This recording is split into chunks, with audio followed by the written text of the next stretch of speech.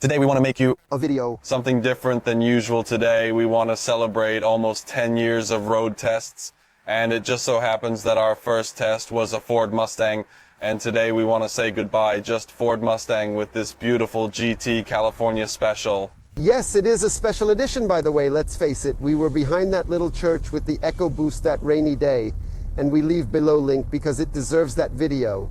It was a very fun video to shoot. We were still very immature, however we had fun, and it also went very well because it is one of our most viewed. So let's briefly show the Mustang. This is the GT California Special. It doesn't have the crotch in the front, and there is the GT California Special tag also on the side. There is the strips, and then the GT California Special sticker, and there is only convertible with the... We have tried a lot of Mustangs over the years. We have tried the Bullet, the Coupe versions, the EcoBoost versions, the V-Octo versions. We have tried a little bit of all of them, manual and automatic.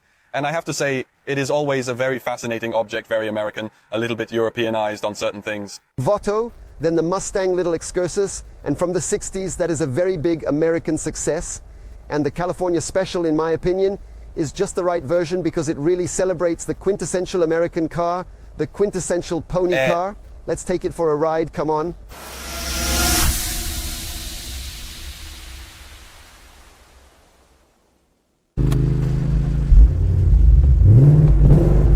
A little bit of a speedboat noise, yes. I really like the speedboat noise because you can really hear it sucking gasoline. You can hear the sound of the... Of the dollars, the convertible, we have already driven it and overdrive it. It has a lower torsional rigidity. Actually, the Mustang had surprised us because as an American car, it drives pretty well. Yes. Adaptive suspension. It has an all-around chassis with good stiffness, but not in the convertible version. No, however, it has one thing it has always driven us crazy about, which is the propensity for oversteer.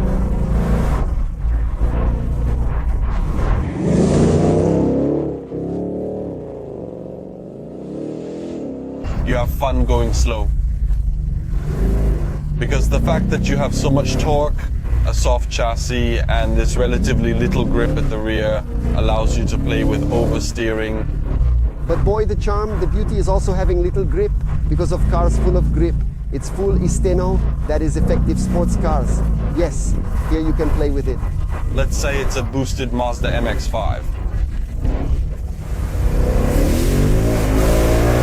Killer, you are boosted. I must say that the 450 horsepower, however, can be felt. From the 450 horsepower 5070 go the noise. Has the right of power, this American V-Octo sound. You don't find it in any other European car, is true then. The stage presence is really impressive, and especially impressive is the relationship to the price because it costs. You make 60,000 euros, the top of the range, the California Special. It's a bargain price. Yes, it has a sale price. You buy yourself a German sedan, a little bit accessorized diesel with 2,000 turbo at this price. And then anyway, it's a comfortable car. It's a car that you can use every day, fuel consumption permittenti. Allowing, however, a way to get around.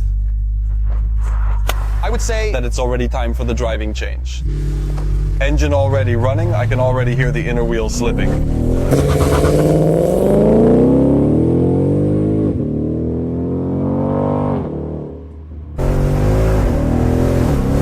What a great sound. Mamma mia, the sound is one of the things I like best. I kind of make this comparison. The Mustang to me is the four-wheeled Harley Davidson, although then in reality they are two separate worlds. It's a comparison that leaves time for itself. Sure, but yes, in some ways it makes sense. Maybe this is a better chassis than a Harley has. Definitely. I have to say that people who have tried the earlier models have realized that Mustang is almost European in terms of ride. That convertible has that.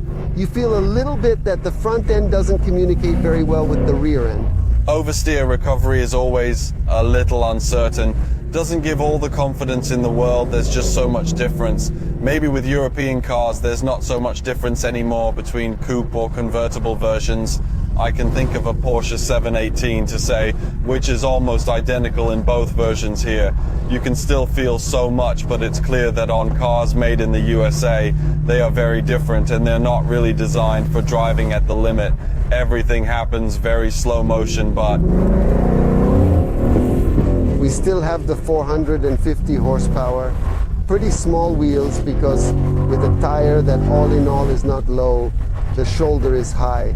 So it all happens very slowly and it's easy to handle.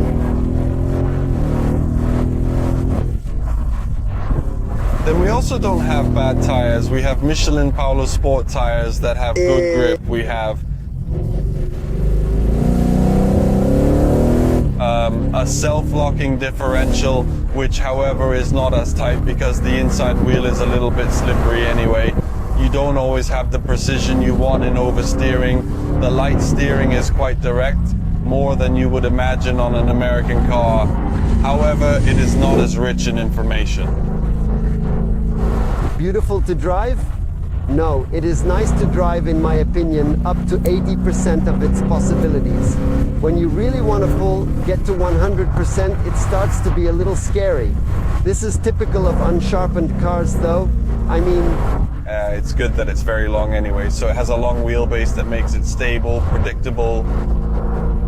We're talking about a 4-foot car and it's a 2-door and then it's a 4-seater in the sense that 2 little girls and 2 short people fit in the back, and with the top open it's not claustrophobic either.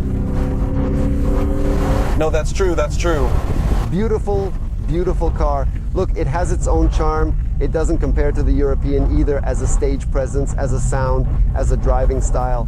It has its own great why. I feel like driving it a little bit with my elbow out, yes? Yes. Maybe putting my hand on the steering wheel badly. True, it's a little bit of calypso rock. For Niano, it's a car that will definitely be missed in this transition to electric Mamma Mia.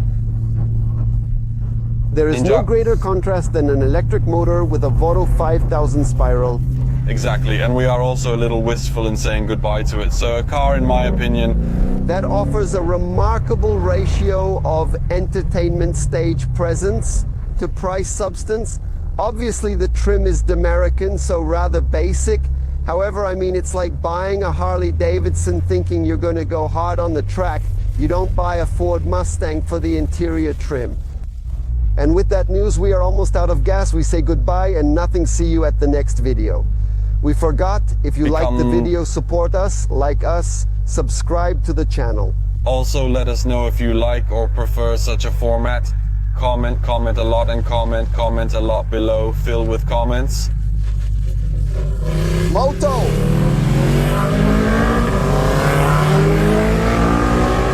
Mace, there wasn't a Harley among these. Fill in the comments below. Let us know what you think of the Ford Mustang and say hello with us.